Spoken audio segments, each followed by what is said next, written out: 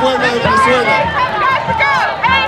El enemigo que hoy nos agrede, el que pone barcos de guerra en nuestras costas, es el mismo enemigo del pueblo palestino. Es el mismo. El enemigo que pretende quedarse con el petróleo venezolano es el enemigo que pretende quedarse, desaparecer Gaza, desaparecer su población, porque quiere los recursos naturales, el petróleo que se ha descubierto en las costas, en los mares de Palestina por la vía de Gaza. Nosotros no tenemos más que estar permanentemente en la calle.